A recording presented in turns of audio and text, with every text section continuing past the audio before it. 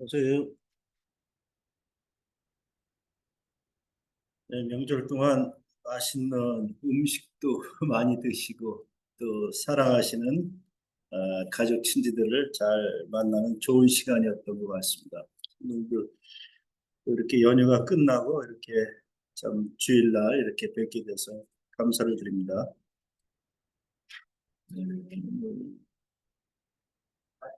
어, 말, 어,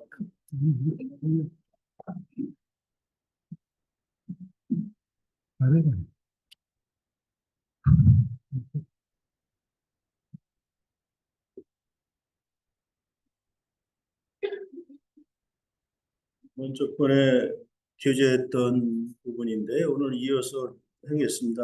고린도전서 1장에서 잠깐 보겠습니다. 고린도전서 1장 18절하고 23절 말씀을 먼저 보겠습니다.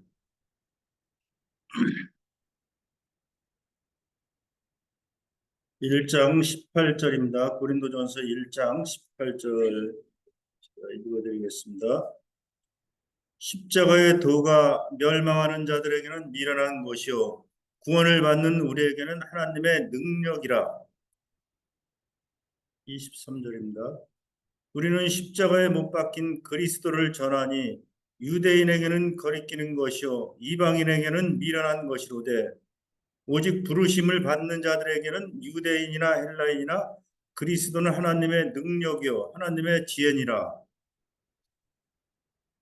네, 십자가의 도가 이렇게 말씀이 이제 지난번에 드렸죠. 그 도라는 건 진리, 또 말씀이 같은 뜻입니다.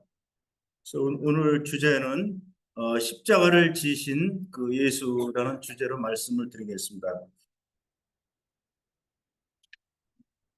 잠시 놓으시고 이 본문 들어가겠습니다. 우리 마가복음 15장 보겠습니다. 마가복음 15장.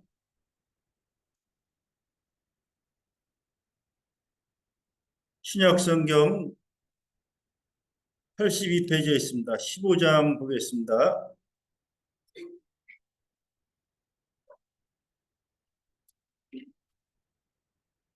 15장 25절에 보면 예수님이 때가 제3시가 되어 십자가에 못 박으니라 이렇게 말씀하고 있고, 또 33절에 보면 제6시가 되매 온 땅에 어둠이 임하여 제9시까지 계속하더니, 제3시라는 것은 한국 시간으로 오전 9시를 얘기하는 것입니다. 오전 9시에 예수님이 이제 십자가에 못 박히시는 그 시간인 것을 말씀하고 있고, 또 제9시까지는 오후 3시까지. 그래서 예수님이 십자가에 못 박히시고 약 6시간 동안 계셨던 것을 여기서 말씀하고 있는 것을 보게 됩니다. 그래서 제가 전에 한 10년 전에 그 이스라엘 저도 갔다 왔는데, 지금 이제 예수님이 그 빌라도 법정에 있고, 또 예수님이 이제 그 예루살렘 성에 있는데 이 골고다라는 산까지 이제 십자가를 지고 예수님이 가실 것입니다. 그래서 이 빌라도에게 이제 예수님이 참 넘겨진 다음에 그 십자가를 지고 이제 골고다 산까지 올라가는데, 그 거리가 약 800m가 된다고 합니다. 800m. 최소한 800m. 이 먼 거리죠. 근데 그럼 예수님이 십자가를 지셨는데 그 무게가 얼마나 되나? 약 70에서 75kg나 된다고 하더라고요. 그 십자가의 무게가. 그래서 이 성경의 말씀에 보면 이 이스라엘 전역에, 또 로마 전역에 이 소나무로 그 십자가를 그 만들었는데, 이 십자가를 질 그 만들 나무가 아주 희귀했다고 할 정도입니다. 그래서 이 로마인들이 이 십자가 형벌을 통해서 이 많은 죄인들을 죽이는 그러한 무서운 형벌이었던 것을 보게 되죠. 그래서 이 십자가를 지는 것은 누가 지냐면 죄인들이 져야 했던 것입니다. 살인자들, 또 노예가 주인한테 반역을 했거나 그런 사람들에게 가하는 무서운 형벌이었던 것을 보게 되는데, 그래서 이 약 70kg가 되는 그 무거운 십자가를 이제 주님이 지시는데 여기 15장 1절에서 말씀 한번 보겠습니다. 예수님이 이제 목요일 날쯤 이렇게 빌라도 법정에 이제 가서 연금이 되고 거기서 있었는데 이제 새벽에 이렇게 여기 나오고 있죠. 1절에 보면 새벽에 이제 대제사장들이 즉시 장로들과 서기관들과 또 공회로 더불어 예수를 결박하여 가고 빌라도에게 넘겨주니, 그래서 예수님은 이제 새벽부터 좀 죽이려고 이렇게 모여있던 것을 보게 되죠. 여기 보면 대제사장이 나오고 있죠. 또 장로들, 유대 종교 지도자들을 말씀하고 있는 것을 보게 됩니다. 또 서기관들, 로마의 앞잡이하는 이 또 정치 지도자들, 이런 모든 사람들이 공회와 더불어, 글쎄 사내들인 공회에서 최종적인 재판을 하게 되는데 사내들인 공회원은 약 71명이 있었다고 합니다. 의장이 한 명 있고 70인의 회원들이 있는데 이스라엘의 최고 법정 재판 기관이죠. 거기서 이제 의논하고 예수를 결박하여서 빌라도에게 넘겨줍니다. 빌라도가 밤새도록, 이 요한복음에서도 보면 그렇게 말해죠. 요한복음에서도 주님이 빌라도가 얘기해죠. 요한복음 18장하고 19절에 보면 전날 빌라도가 예수님을 신문했습니다. 아무리 신문하고 제목을 찾고 그와 여러 가지 얘기를 해도 빌라도가 예수에게서 죄를 찾지 못하였다고 이렇게 말씀하고 있습니다. 요한복음 18장 19절에 보면 빌라도가 얘기를 하죠. 내가 죄를 찾지 못하겠노라. 죄를 찾지 못하겠노라. 똑같은 말을 합니다. 계속. 아무리 봐도 이 예수는 죄가 없다. 그렇게 얘기했죠. 세 번이나 이 반복하는 것은 강조점이 있다 그랬죠. 강조. 계속해서 강조합니다. 그래서 또 꿈에 이제 빌라도 부인이 얘기했죠. 내가 꿈에 천사가 나타났는데 이 예수는 죄가 없다. 무고한자다. 그래서 예수님은 죄를 알지도 못하실 뿐 아니라 죄가 없으셨다고 이 빌라도가 또 고백을 했던 것을 보게 되죠. 그래서 예수님은 여기 말씀대로 이제 새벽에 종교 지도자들과 장로들과 사내들인 궁에서 최종적인 결정을 해서 그 십자가에 그 못 박기로 결정을 했습니다. 그럼 죄가 없는데 살인자도 아니고 예수님이 바라바라는 사람은 살인자이기 때문에 당연히 죽어야 되는데 이 살인자를 놓아달라고 했습니다. 이 종교 지도자들, 유대 종교 지도자들, 또 로마인들, 또 낮은 자들, 거기에 있었던 모든 사람들이 다 이 바라바 살인자를 놓아주고 이 죄가 없는 예수님을 놓아주라고 이렇게, 아니 예수님을 십자가에 못 박으라고 이렇게 얘기하는 것을 보게 되죠. 그래서 이 구약 성경을 보게 되면은 이 신명기서에서도 말씀하고 있습니다. 그 나무에 달린 자는 하나님께 저주를 받은 자라고 이렇게 말씀하고 있죠. 또 갈라디아서도 말씀하고 있습니다. 그리스도께서 우리를 위하여 저주를 받은 바 되사 율법의 저주에서 우리를 속량하셨으니 누구든지 나무에 달린 자마다 저주 아래 있는 자라고 이렇게 말씀하고 있습니다. 그래서 주님은 죄가 없으셨는데 나무에 달려서 죽어야 되는데 이 제목이 없는 거죠. 제목이. 그랬을 때 제목을 막 찾는 겁니다. 막 그냥 빌라도도 그렇고 이 서기관들, 장로들, 70인 그 사내들인 공회원들이 찾게 될 때 내가 하나님의 아들이다. 그 신성모독했다는 거. 그걸 가지고 이제 죽이려고 했습니다. 내가 하나님의 아들이냐? 이 당시에 로마를 누가 통치했죠? 가이사랴는 황제, 네로 황제, 이런 총독들이, 아니 이런 황제들이 다스렸었는데 가이사밖에 왕이 없는데 우리의 왕은 가이사밖에 없다. 근데 네가 왕이냐고 이렇게 하면서 예수님을 십자가에 죽이려고 했던 것을 보게 되죠. 근데 오늘 제가 그 책도 하나 가져왔는데 그 예수님이 이제 그 빌라도 법정에서 사형언도가 내리고 주님이 이제 십자가를 70kg가 되는 십자가를 지고 한 발 한 발 이렇게 걸어가시기 전에 어떤 일이 있었냐면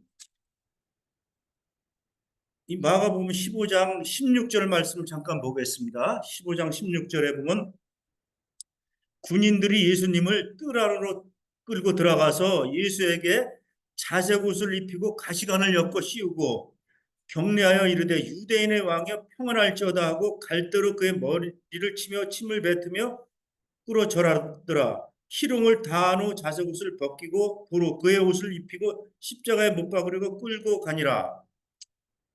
여기 보면 이제 군인들이 예수님을 뜰 안으로 끌고 들어가는 것을 보게 됩니다. 그러면서 예수님에게 자색옷을 입히고 이제 왕이라는 그 뜻이죠. 자색옷을 입히고 머리에 가시관을 씌우고 엮어서 씌웠습니다. 이 중동 지역의 선인장이랑 이 가시가 굉장히 날카롭다고 하더라고. 그래서 이 어떤 자료를 보니까 이 가시가 이 타이어에 박히면 타이어가 펑크 날 정도로 그와 같이 가시가 굉장히 날카로운 가시입니다. 이 가시관을 엮어서 그 예수님 머리에 씌웠습니다. 그럼 어떻게 되죠? 예수님은 전날에 로마 군병들에 의해서 채찍에 많이 맞았습니다. 이 채찍이라는 것은 채찍에 무엇을 달았냐면 납을 달았습니다. 납과 이 동물의 뼈, 날카로운 뼈를 이 납에 달아서 예수님에게 막 때렸죠. 그래서 예수님은 이 등이 바꾸랑 같이 그와 같이 또 살점이 뜯겨 나가고 이 몰골이 아주 형편없었는데 이 여기 말씀에 이제 군인들이 또 어떻게 되죠? 자색옷을 입히고 가시관을 엮어서 머리에 씌웠습니다. 이 머리에 이 가시관을 씌우게 될 때 어떻게 되죠? 굉장히 고통스럽고 이 머리에서 피가 계속 나왔을 것입니다. 그와 같은 고통의 가시관을 쓰고 또 이 군인들이 어떻게 되죠? 예수님 앞에 아주 군인들이 경례하는 것 같이 이렇게 경례했습니다. 경례하면서 유대인의 왕이여 평안할지어다 이렇게 희롱을 합니다. 갈대로 그의 머리를 치며 이 가시관을 썼는데 또 갈대로 머리를 쳤습니다. 얼마나 더 고통스러워. 머리에 그 가시가 더 박히게 되는 거죠. 그러면서 침을 뱉으며 꿇어 절하더라. 희롱을 하고 조롱하는 것입니다. 왕이여, 유대인의 왕이여. 이 조롱을 하면서 네가 무슨 왕이냐?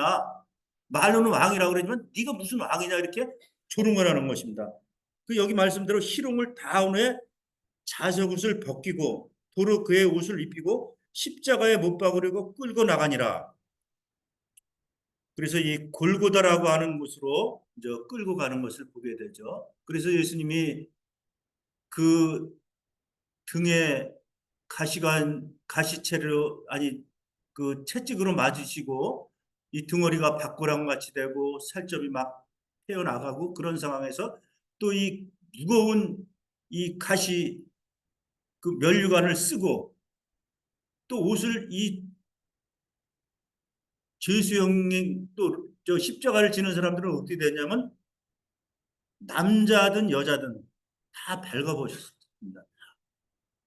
수치 옷을 다 벗긴 후에 800m나 되는 거리를 70kg가 되는 무거운 십자가를 지고 한 발 한 발 걸어갈 때마다 주님이 고통스럽고 힘이 지쳐서 힘이 다해서 14번이나 쓰러졌다고 합니다. 14번. 그래 오늘날 주님이 한 번 쓰러질 때마다 그거를 기념하면서 기념교회가 14군데 있다고 하더라고요. 그 예수님이 800m가 되는 그 거리를 지고 갈 때 그 죄가 우리의 죄짓죠, 이게. 그래서 여기 25절에 보면 때가 제3시가 되어 십자가에 못 박으니라. 오전 9시에 예수님이 십자가에 못 박혔습니다.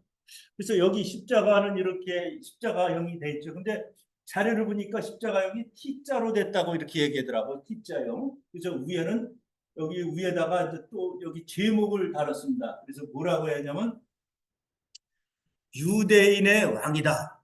그래서 이거를 히브리 말로 기록하고 또 로마 말로 기록하고 또 헬라 말, 세 나라 말로 기록을 했습니다. 다 봐라, 너희들이. 이분이 유대인의 왕이다. 근데 자칭 유대인의 왕이라고 했을 때 빌라도가 아니다. 나는 쓸 것을 썼다. 유대인의 왕이다, 이분이.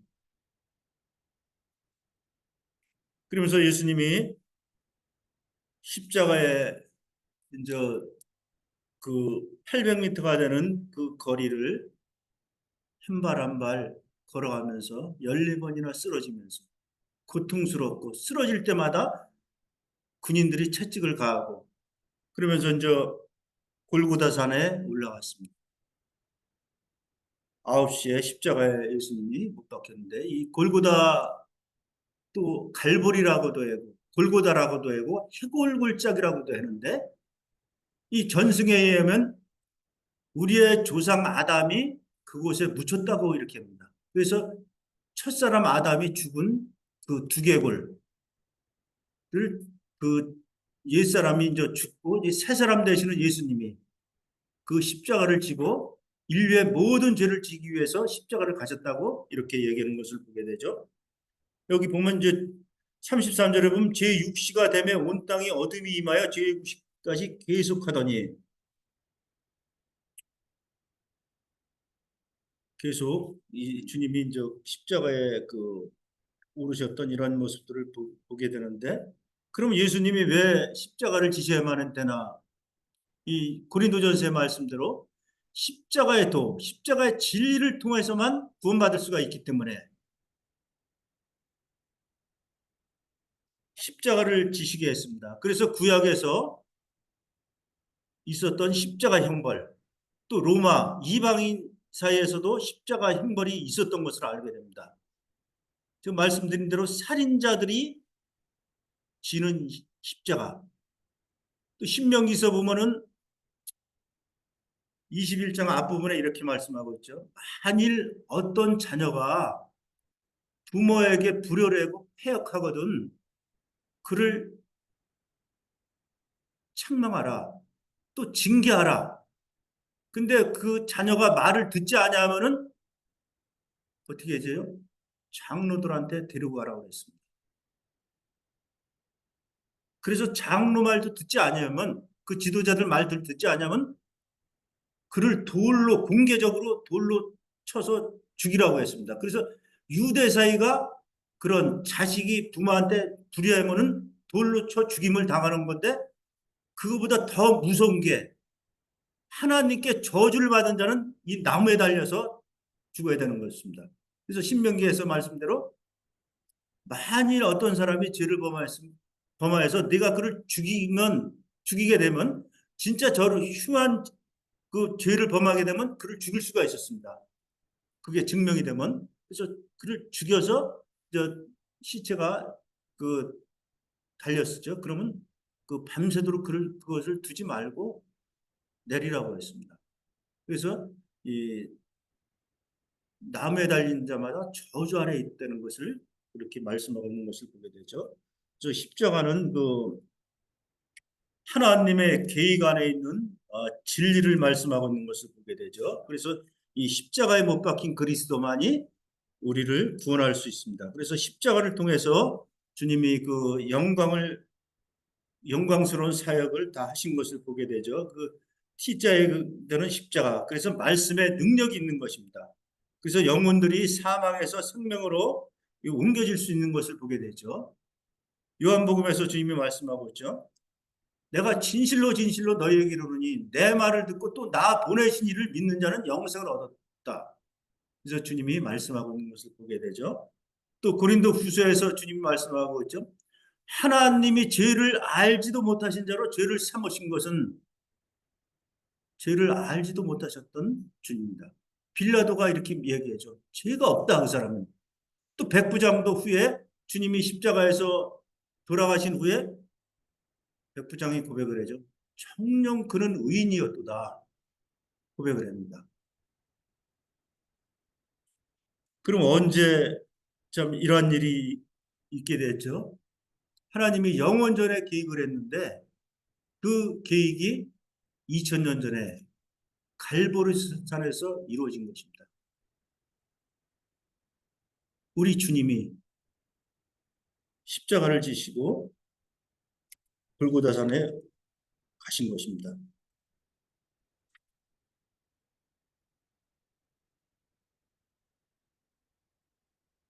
우리가 생각을 저도 이렇게 해봤는데 예수님이 단순히 그 십자가에 그 세 개의 못으로 손과 발에 이렇게 박히신 걸로 아는데 자료들을 쭉 보니까 약 10, 이 정도 됩니다. 이 정도. 이 날카로운 못입니다. 날카로운 못. 약 17cm 되는 날카로운 예리한 못이 주님 이 정도 되죠. 여기 이 정도 손이 이제 여기다 박으면 찢어질 수 있으니까 이 중앙 딱 여기 딱 이렇게 그 T자형의 양쪽에 이렇게 박히고 이 발은 또 발에 하나 박힌 거로 아는데 발은 이렇게 양쪽을 벌려가지고 이 앞에서 이 발 뒤꿈치 거기에 못을 박은 겁니다. 그래서 예수님이 십자가를 지시고 골고다산에 가셔서 그 십자가에 넣으시고 먼저 묶었겠죠. 이 밧줄로 예수님을 묶고 그 다음에 그 군인들이 17cm나 되는 날카로운 대못을 그냥 망치로 때릴 때 어떻게 되죠? 굉장히 고통스러웠을 걸 생각해 봅니다. 양손만 아니라 양발에 그 십자가를 대못을 박히고 그러고 나서 이 십자가를 세우시고 십자가를 세우고 고정시키고 또 그 후에 말씀드린 대로 유대인의 왕 3개 국어로 기록을 하고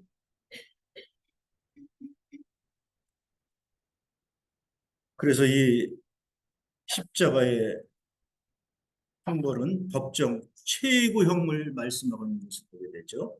그래서 죽음의 모든 차원을 경험한 후에는 그런 다음에 죽는 것입니다.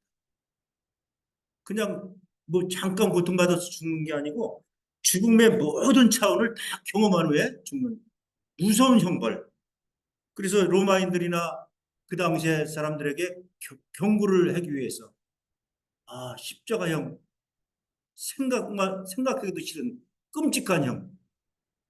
예수님이 그와 같은 끔찍한 형벌을 받으신 것입니다.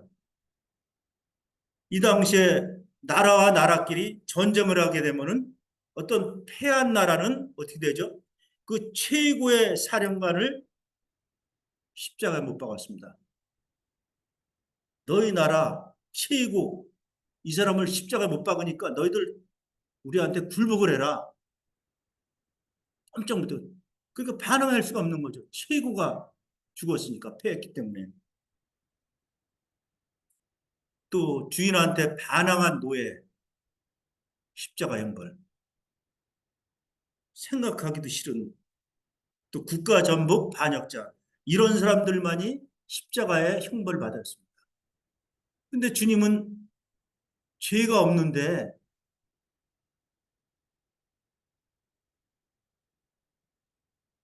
하나님이 그 길을 택하셨습니다. 최고 인간이 받아야 될 최고 형벌. 우리의 죄가 얼마나 크기에 예수님이 그와 같은 형벌을 우리 대신 받게 하셨는지요.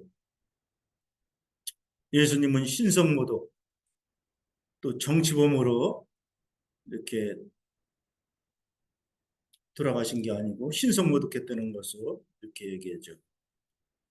또 이 전승에 의하면 연구가들에 의하면 예수님이 못 박힌 상태에서 약 1000번 정도 기절했다가 깨어났다 이렇게 반복했다고 합니다.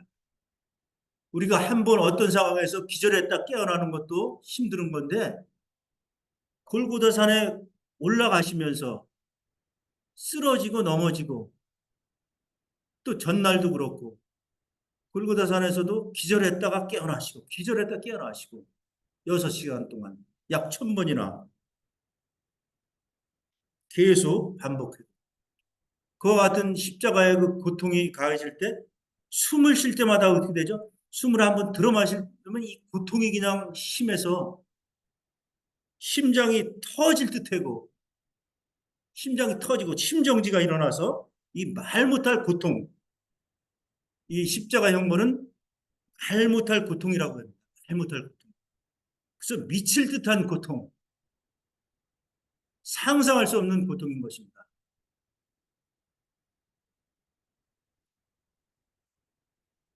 시편 21편에서 잠깐 보겠습니다. 시편 22편입니다. 22편 아까 말씀드린 대로 내 하나님이여 내 하나님이여 어찌 나를 버리셨나이까. 이 말씀은 이 예수님이 마가복음 15장에서 크게 소리 지르시며 엘리 엘리 라마 사박다니 하니 이를 번역하면 나의 하나님 어찌하여 나를 버리셨나이까 하는 뜻이다. 이게 시편 22편의 말씀을 주님이 인용한 것입니다. 내 하나님이여 내 하나님이여 어찌 나를 버리셨나이까. 어찌 나를 멀리하여 듣지 아니하시나이까. 내 신음소리를 듣지 아니하시나이까. 주님이 십자가에 달리셨을 때 어떻게 되죠? 하나님이 외면했습니다. 그 고통을 차마 보지 못하시고 외면하셨습니다. 하나님 앞에 예수님이 절규를 하더라도 하나님이 묵묵히 참으시고 여기 말씀대로 내 하나님이여 내 하나님이여 어찌 나를 버리셨나이까. 완전히 하나님도 버리셨습니다. 사람도 예수님을 버리고 온 땅이 어둠이 임해서 구시까지 임했다고 이렇게 얘기하죠. 여기 보면 제6시가 되면 온 땅에 어둠이 임하여 제9시까지 계속하더니 약 3시간 동안 그 갈보리산 그쪽에 그 주변이 어두웠을 것입니다. 다른 곳은 아니더라도 다른 먼 곳은 어둠이 임하지 않았지만 갈보리산 그 주위에 예수님이 십자가에 못 박힌 그 주변은 완전히 어둠이 임했습니다. 저주가 임하고 예수님이 나무에 달린 것은 하나님께 저주를 받았다고 하는 말씀대로 하나님께 저주를 받아 마땅한 우리들을 대신해서 예수님이 하나님으로부터까지 저주를 받으셨습니다.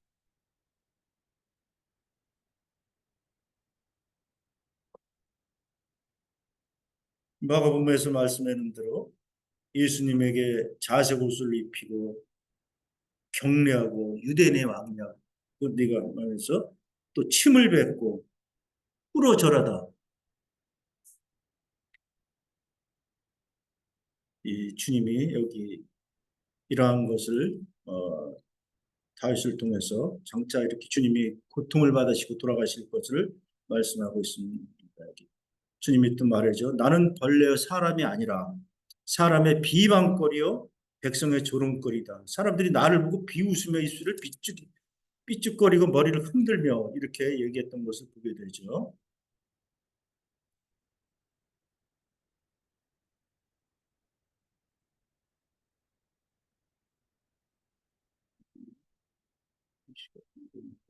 히브리서 말씀에서 한번 보겠습니다. 히브리서 11장 보겠습니다.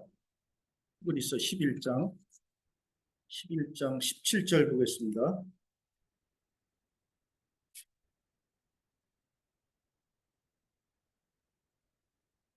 17장 17절부터 19절까지 보겠습니다. 네, 아브라함은 시험을 받을 때 믿음으로 이삭을 드렸으니 그는 약속들을 받은 자로서 그 외아들을 드렸느니라. 그에게 이미 말씀하시기를 네 자손이라 칭할 자는 이삭으로 말미암았으리라 하였으니 그가 하나님이 능히 이삭을 죽은 자 가운데서 다시 살리실 줄로 생각한지라. 비유컨대 그를 죽은 자 가운데서 도로 받은 것이니라. 네, 여기에는 이제 믿음의 조상 이 아브라함이 이제 그 독자 외아들을 이삭을 이제 그 제물로 드리는 장면이 나오고 있는데 이 아브라함은 여기에 이제 시험을 받았다고 이렇게 말씀하고 있습니다. 시험이라는 것은 실험을 얘기합니다. 실험, 실현, 또 증명하고 입증하는 것. 그래서 아브라함이 어떻게 되죠? 하나님이 믿음의 조상인 아브라함을 먼저 부르셨습니다. 75세나 됐을 때 부르셔서 그에게 그 씨를 주겠다, 자녀를 주겠다고 했는데 아브라함이 계속 기다려도 그에게 자녀가 태어나지 않았습니다. 75세 또 85세가 됐을 때 그에게 자녀가 없었을 때 그에게 어떻게 되죠? 계집종에 의해서 이스마엘이 탄생을 합니다. 근데 아브라함은 하나님의 약속을 기다려도 약속된 자녀가 없을 때 그는 어떻게 되죠? 하나님 앞에 하나님 나는 이제 나이가 많아 늙고 그 내 아내 사라는 단산하였으니까 자녀가 없으니까 내 집에서 길리운 엘리에셀을 나의 신복을 후사로 삼겠다 이렇게 하죠. 아니다 이렇게 얘기하죠. 또 그랬을 때 아브라함이 얘기합니다. 그러면 계집종에게서 난 이스마엘을 나의 후사로 삼겠다 그러니까 하나님은 아니다. 그랬을 때 이제 100세가 됐을 때 아브라함이 약속대로 믿음의 조상인 아브라함에게 자녀를 줬습니다. 여기 말씀대로 아브라함은 시험을 받을 때 그래서 100세나 됐을 때 아브라함이 이삭을 낳게 됐었는데 시험을 받을 때 믿음으로 이삭을 드렸으니 그는 약속들을 받은 자로서 그 외아들을 드렸느니라 이렇게 말씀하고 있죠. 25년 후에 그가 외아들을 낳고 이제 장성해서 약 한 20세 이상이 됐습니다. 지금 이삭이. 근데 하나님이 여기 실험을 하는 겁니다. 또 아브라함을 실험하면서 이삭을 드려라. 그러면서 여기 외아들을 드리라고 이렇게 얘기했죠. 근데 아브라함에게는 자녀가 있었죠, 분명히. 이스마엘이라는 자녀가 있는데 외아들이라고 이렇게 얘기했죠. 근데 이 이스마엘은 그 약속에서 제외된 자인 것입니다. 계집종에서 난 그 육체를 따라서 난 자를 말씀하고 있는 것입니다. 그러면 하나님의 약속대로 약속에 따라 자유한 여자에게서 난 그 약속의 자녀는 누굽니까? 바로 이삭을 말씀하고 있습니다. 그 이삭을 외아들이라고 이렇게 말씀하고 있죠. 그래서 이 외아들이라고 또 외아들, 외동녀 이렇게 보면 하나를 말씀하고 있는 것을 보게 되는데 하나님은 하나님의 약속의 자녀를 하나로 보는 것입니다. 약속의 자녀를 말씀하고 있습니다. 그래서 다른 자녀에 보면 유일한, 이 외아들은 유일한, 또 독생자, 혼자, 독생의 아들, 여러 가지 뜻이 있습니다. 그래서 유일한, 혼자, 독생의 아들, 그거를 외아들이라고 하는 것입니다. 그냥 우리가 외아들이면 하나밖에 없는 데가 아니라 하나님은 유일한, 가장 좋은, 또 혼자, 독자, 아들. 그래서 하나님이 원하는 아들은 바로 이삭인 것을 말씀하고 있습니다. 다른 자녀가 아니고 이삭, 하나님의 약속. 그래서 이 이삭을 통해서 누가 태어나죠? 그리스도가 출생합니다. 그것까지 말씀하는 것입니다. 그래서 여기 보면 그에게 이르기를 네 자손이라 칭할 자는 이삭으로 말미암았으리라. 그래서 그에게 대해 그 씨를 말씀하고 있는 것을 보게 되죠. 그래서 요한복음 그 3장 16절의 말씀이 똑같습니다. 하나님이 세상을 이처럼 사랑하사 독생자를 주셨으니 그래서 여기에서 요한복음에서 말씀하는 이 독생자 바로 이 그리스도를 말씀하고 있습니다. 이삭으로부터 쭉 이어질 그리스도의 계보를 말씀하는 것입니다. 그래서 이삭도 외아들이고 우리 주님도 하나님의 유일한 외아들인 것입니다. 그래서 유일한 독생자를 주셨으니 그래서 하나님이 유일한 독생자를 주셨으니 누구든지 그를 믿으면 멸망하지 않고 영생을 얻는다고 말씀하고 있습니다. 그래서 독생자 되신 예수님이 십자가에 못 박혀 돌아가신 것을 말씀하고 있습니다. 돌아가실 것을. 그래서 이 아주 놀라운 뜻이 있는 것을 보게 되죠. 우리 창세기 22장에서 한번 보겠습니다. 창세기 22장에서 조금 말씀 드리겠습니다.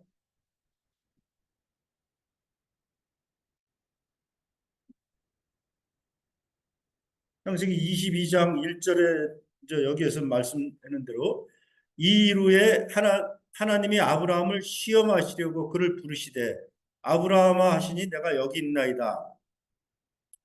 이 시험이라는 건 실험하는 거죠. 증명하는 것이죠. 그래서 이제 아브라함을 시험하십니다. 하나님이 증명하고 입증할 것. 내가 믿음이 있는가를 하나님이 입증해서 보이려는 것입니다. 그러면서 여호와께서 이르시되 네 아들 네 사랑하는 독자, 분명히 여기에도 독자라고 이렇게 말씀하고 있습니다. 아들 독자 이삭을 데리고 모리아 땅으로 가라. 이 모리아 땅은 오늘날 어디냐면 그 솔로몬의 성전이 지어졌던 곳, 거기가 회파가 됐죠. 이곳에 무엇이 세워집니까? 장차 제3성전이 세워질 것입니다. 이곳에. 그 모리아산, 그 모리아산으로 데리고 와서 그를 번제로 드리라. 번제로 드리라는 것은 그 통째로 불로 태워서 이 이삭을 드리라고 이렇게 말씀하고 있는 것입니다. 근데 아브라함이 어떻게 되죠? 아침에 일찍 일어나서 나귀 안장을 지우고 두 종과 함께 그 아들 이삭을 데리고 번제에 쓸 나무를 데리고 이 아브라함은 철저하게 다 준비를 했습니다. 하나님의 그 약속을 믿고 그래서 번제에 쓸 나무를 쪼개가지고 떠나 하나님이 자기에게 일러주신 곳으로 3일 동안 그 길을 갔습니다. 모리아산으로 갔습니다. 그랬을 때 아브라함이 이제 5절에 말씀하고 있죠. 내가 아이와 함께 저기 가서 예배하고 우리가 너희에게로 돌아오리라 하고 아브라함은 여기 말씀하는 대로 내가 저기 가서 저곳에 가서 이 이삭을 번제물로 데리고 거기서 하나님 앞에 예배를 드리고 올 테니까 너희들은 기다리라고 이렇게 얘기하죠. 여기 계속 여기 보면 저뭐 8절에도 보면 이제 아들에 대해서 이렇게 말씀하고 있는데 그래서 이 아브라함은 자 하나님의 약속을 또 하나님이 부르셨을 때 그 믿음이 없어 하나님의 약속을 의심치 아니하고 믿음에 견고하여져서 약속하신 그것을 능히 이루실 줄을 믿었다고 이렇게 말씀하고 있죠. 중간에 약간 흔들릴 때가 있었지만 근데 아브라함이 여기 말씀대로 그러한 25년 후에 그 자기에게 자녀를 주시고 또 그 후에 이제 하나님이 그 이삭을 번제물로 드리라고 했을 때 그 번제물로 이제 그를 데리고 가는 것을 보게 되죠. 여기 8절의 말씀을 보겠습니다. 아브라함이 이르되 내 아들아 번제할 어린 양을 하나님이 자기를 위하여 친히 준비하시리라고 두 사람이 함께 나아가서 아브라함이 그곳에 단을 쌓고 이삭을 결박하여 제단 나무 위에 놓고 이 제단 나무 위에 그래서 신명기에서 말대로 이 나무에 이삭이 묶일 것을 말씀하고 있는데 이삭이 저주를 받을 것을 말씀하고 있는 것입니다. 근데 하나님이 이삭이 저주를 받지 않냐고 대신 번제할 다른 양을 숯불에 걸려 있는 것을 보게 되죠. 그래서 순양이 그 숯불에 걸려서 순양을 가져다가 아들을 대신하여서 이 번제물로 드렸던 것을 보게 되죠. 그러면서 아브라함이 네 아들 네 독자도 네가 아끼지 아니하신즉 그의 믿음, 그의 마음을 본 것을 보게 되죠. 저는 여기서 아브라함의 믿음을 조금 생각을 해봤습니다. 하나님이 그에게 이삭을 드리라고 했을 때 그는 믿음의 순종에서 실제적으로 드렸습니다. 그 나무도 준비하고 사흘 길이나 그 먼 거리 모리아산까지 가서 그 아들 이삭을 번제단에 묶었습니다. 실제적으로 묶어서 칼로 그를 죽이려고까지 했습니다. 실제적으로 그의 믿음을 본 것입니다.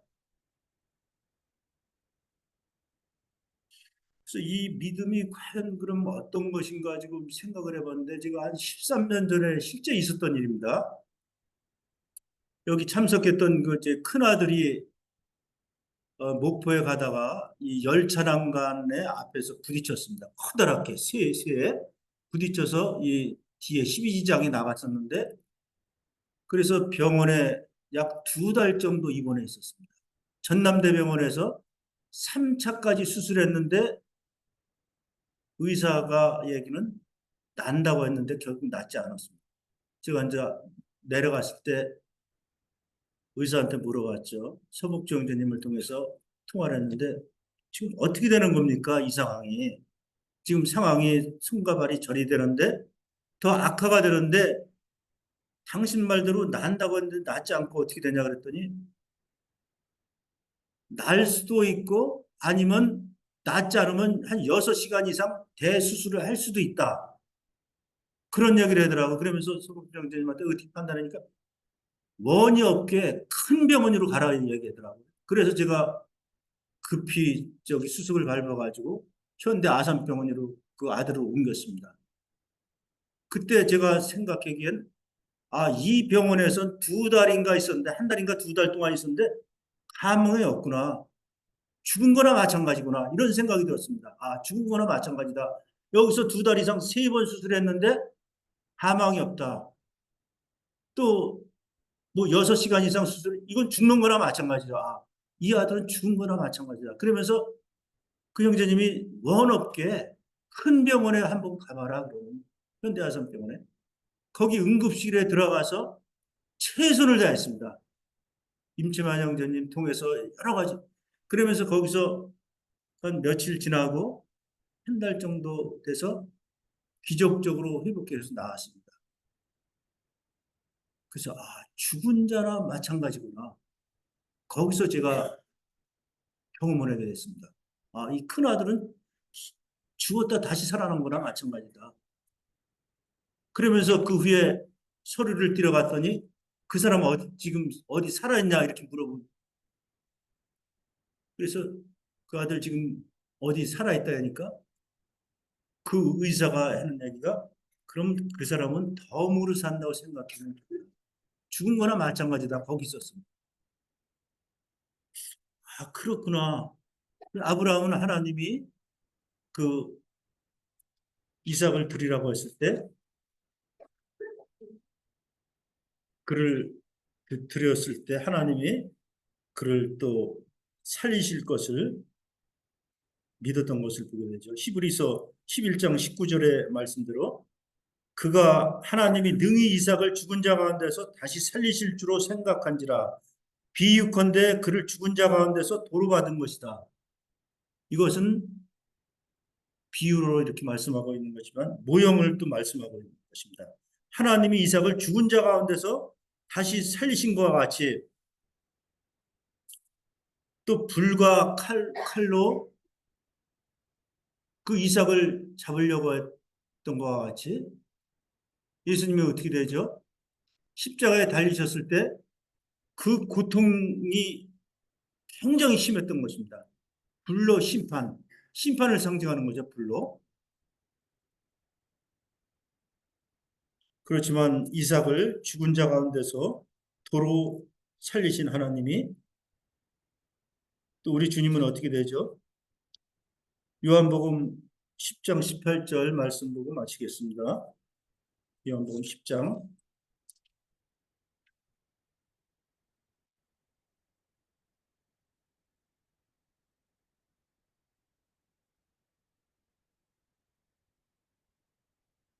요한복음 10장 17절과 18절 말씀 보겠습니다.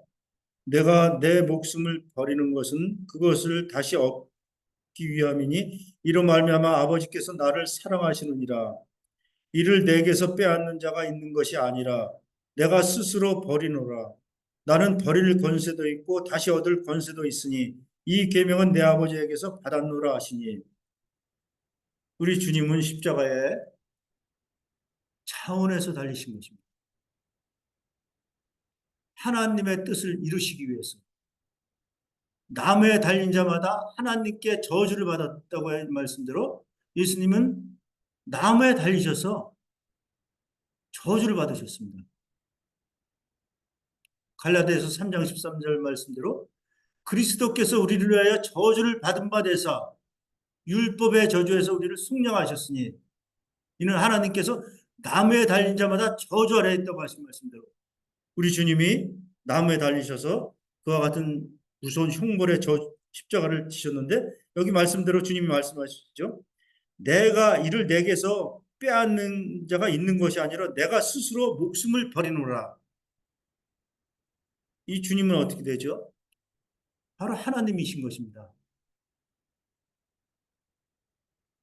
내가 목숨을 버리는 것은 다시 목숨을 얻기 위해서, 너희들의 목숨을 얻기 위해서 모든 인류가 이 죄 아래서 죽어야 되는데 그 죄인들을 위해서 내가 목숨을 버리고 다시 나를 얻을 수 있다.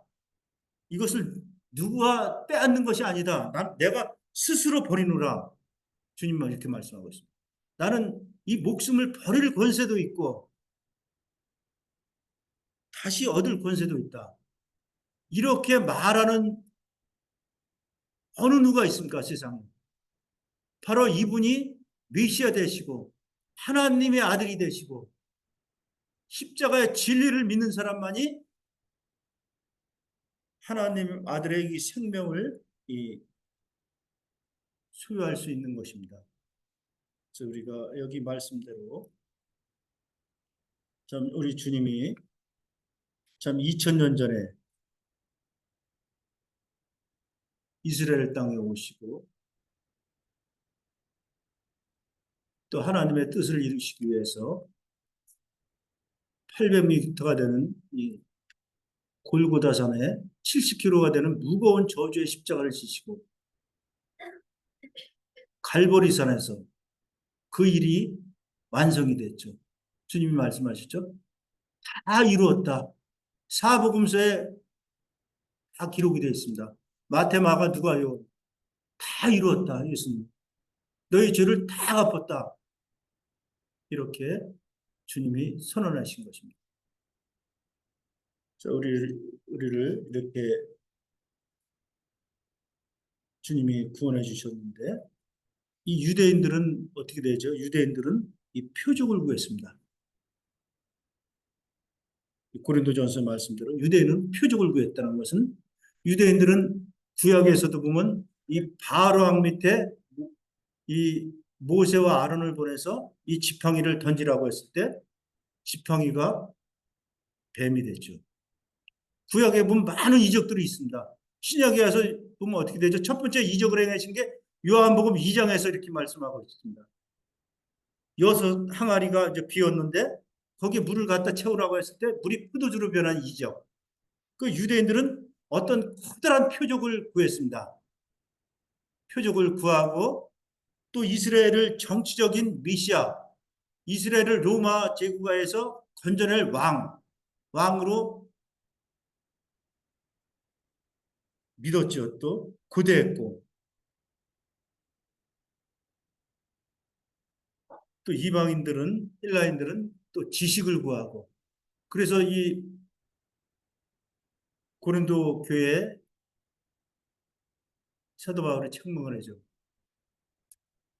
유대인은 표적을 구하고 헬라인은 지식을 구하나 헬라인들은 많은 학문들을 있었습니다. 지혜, 학문, 철학 이런 것 또 그래서 거기서 영지주의자들이 생겨났습니다. 이 영지주의자들은 선택받은 자들이다. 신이 자기들에게 어떤 것을 가르쳐 줬다. 이 비밀스러운 지식. 그래서 세상 사람들은 오늘날도 어떻게 되죠? 많은 종교인들이 어떤 지식, 어떤 행위 그런 것을 강조합니다. 그런데 여기 보면 우리가 이 고린도전서 말씀대로 부르심을 받은 자들에게는 하나님의 능력이요 지혜다. 이것은 현재 진행되고 있습니다. 우리가 십자가의 도를 통해서 이것을 깨달을 때마다 깨달을 때 우리가 구원을 받고 하나님의 그 능력 가운데 살아가는 것을 보게 됩니다. 그래서 이 한 주간도 우리 주님이 십자가를 지신 그 이유, 그 뜻을 깊이 생각하면서 감사하는 한 주가 되기를 바랍니다. 이상 마치겠습니다.